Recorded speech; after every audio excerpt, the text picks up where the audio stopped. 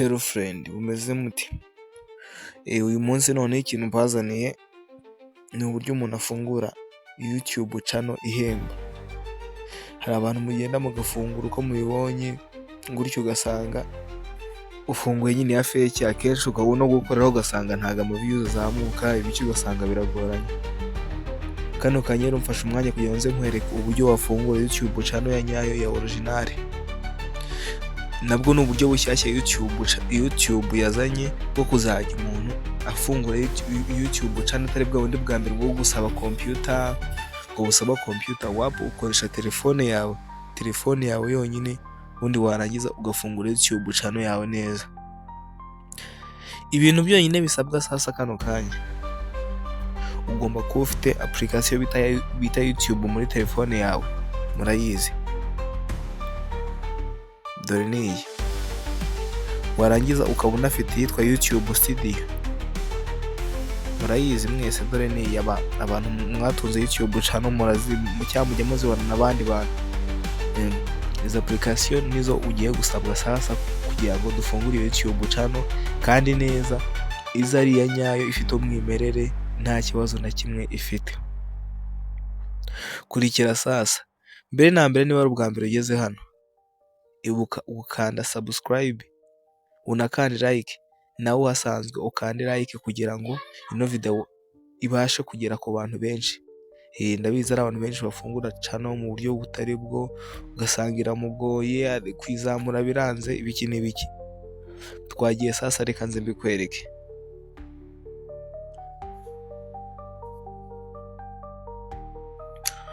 Urahita uza hano muri Play Store yawe uyikandeho, uze nkwereka application udownloading. Ya mbere udownloading bayita YouTube Studio.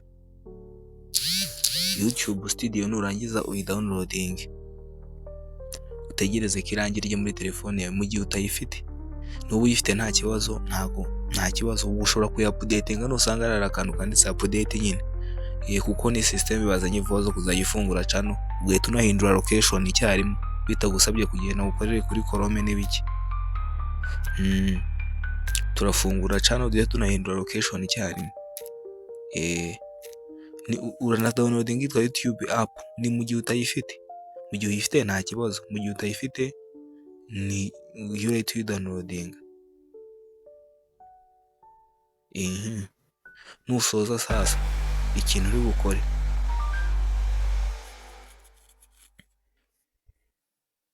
urahita uza muri application zawe bisanzwe, nurangiza uhita uza kuri YouTube application ya YouTube. Murayizi mwese application ya YouTube, dore ni iyi ngiyi igishyizeho udufresh. Nurangiza uyifungure, utegereze ko ifunguka. Nurangiza urahita uza kuri kariya kantu ko hasi, kano kantu ko hasi, reka nze nkabereke.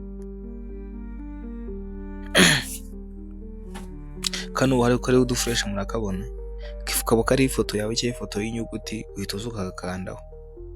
Iyo hasanzwe harimo account, uhita ujya kuri switch account hano. Iyo ubwa mbere YouTube uyifunguye, aragera nyine hasangamo email winjira muri telefone. Rero iyo email twe dushaka gufungura YouTube channel nshyashya, kuko biriya email usanga bimeze nabi nyine. Twe tugiye kugira ute kwifungurira agacano gashyashya. Uretse uzana kuri plus akamenyetso ko guteranya, murahabona, uhita uzuha kandi hano kamenyetso ko guteranya, uhita uzuha kandi. Nurangiza utegereze ko bifunguka. Nibimara gufunguka, tuhita dukanda ngo create email. Hariya wari kumukorokinga bisanzwe igihe ufite account, ariko tudushaka gufungura inshyashya imeze neza. Urayiza hano uzahita uzukanda ngo for work my business.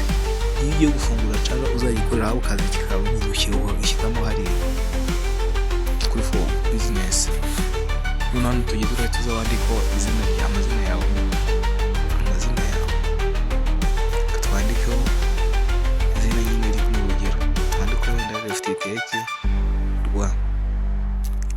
kwandikaho. Dutegereze gatoya. Hano tugiye kwandika igihe twavukiye n'ibiki.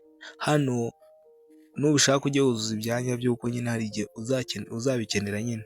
Ibi ngibi biba ari ibyo kuri email nyine. Kandi hari ahantu ugera email yawe ugasaba verification nk'igihe ushaka n'urugero ko baguha ka verification badge ibiki n'ibiki. Hano uhitemo igitsina ubundi ukomeze. Ubwo ni male, niba uri umugabo, niba uri umugore ni female. Uhite dukomeza.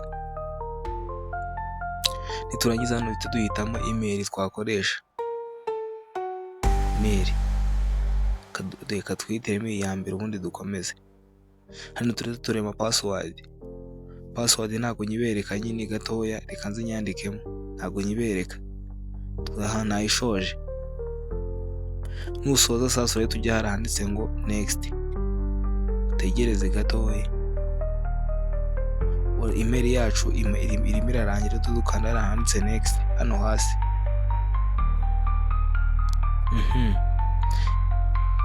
Uhita uzamura bino byose, ntabwo uri kubisoma. Uhita uza hano handitse ngo I agree. Aho hasi I agree.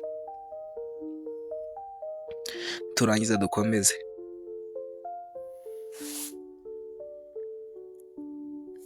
Tegereze gatoya kisoza.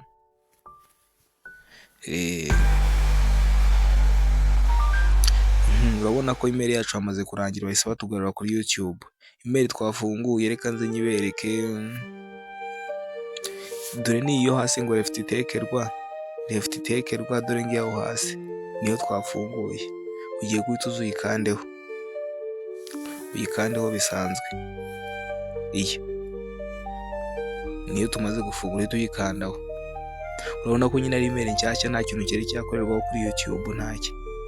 Urangiza uhita usubira hasi hari inyuguti ya R nyine hariya.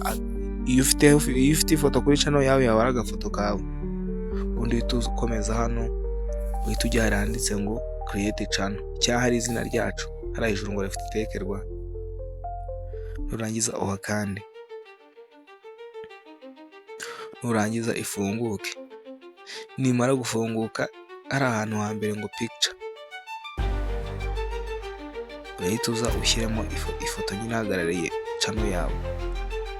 Hano uze uyishyiremo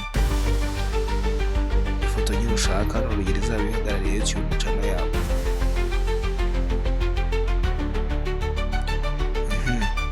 Kadutekereze kariya. Niturangiza duhite tugira dukanda kuri set as picture. Tuhakanda. Tutegereze gatoya. Ifoto yamaze kujyamo. Iyo tujya hano munsi twandikeho izina ubwo wandika izina ushaka kwita channel yawe. Ntabwo nzi uburyo nyine channel yawe yita.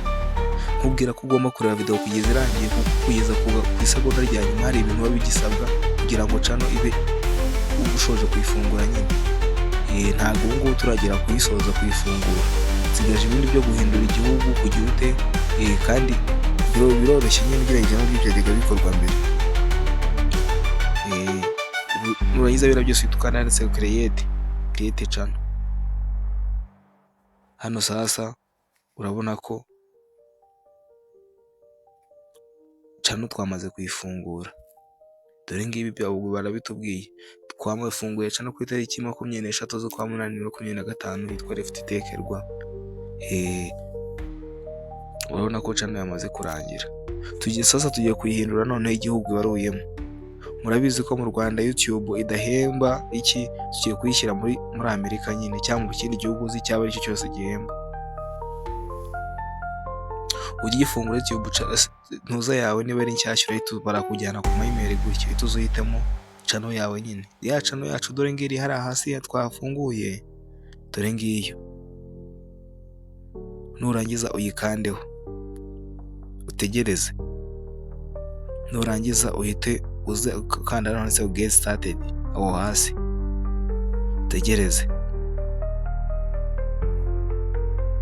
Tegereze gatoya. Urahita ubona ko channel yacu ifite 0 subscribers, 0 views, 0 watch time. uhite twizira hano hasi ahangaha kuri ani mu kwinjiza amafaranga nyine. Monetization is not available in your location. Nyine monetization ntabwo ibaho mu gihugu cyanyu.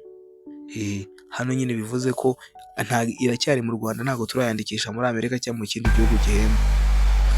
Reka nze rero nkwereke uburyo turi buyandikisha mu gihugu gihemba, cya gihugu YouTube ihembamo. Twagiye sasa, urahita uza hano hejuru ahantu hari agafoto, uhita uhakanda, tuza kuri setting, nurangiza uhita ujya haranditse ngo country of residence, murahabona country of residence, nyine igihugu channel yabaruyemo cyayituyemo. Hano wowe uhita uza ugahitamo igihugu uzi ko YouTube ihembamo, uhitamo bitewe n'ama features abahemewe muri icyo gihugu, bitewe n'iki. Ariko abanyarwanda benshi bakunda kwihitiramo United States. Channel nyinshi uzasanga zanditse United States. Nawe rero icyiza wakwihitiramo United States, uze uzamure mu bihugu byose, uze urebe icyo ushaka nyine bitewe n'icyo wakunze cyane, bitewe n'ibyo uzi. Nurangiza uze ugihitemo, tutwitemo Amerika. Reka tujye kureba ko bya bintu sasa byahindutse, bya bintu batwandikiraga tugiye kuri ani nyine mu kwinjiza amafaranga. Tugende tuhajye dukande. Urabona ko ntago biravuga, duhita dukora refresh nyine, refresh. Nituyisoza urabona ko byahise babitwereka ibintu dusabwa kugira tube monetized. Ntaba subscriber 1000 n'amasaha 4000 mu minsi 365. Ibyo byujuje ushobora kuba waba monetized. Sabwo duhure muri video zo gutaha. Nkwibutsa ugomba gukora subscribe kugira ngo ukurikirana ibiganiro byacu 5/5 mba nabateguriye igihe cyose. Nzira mpora mbibategurira. Mfite n'ibindi bijyanye na channel, mukomeze mukurikire iyi channel, uzagenda bishyiraho byinshi cyane. Kandi umuntu biri bunanire anyandikire kuri WhatsApp ndi bushyire muri description. Ciao ciao.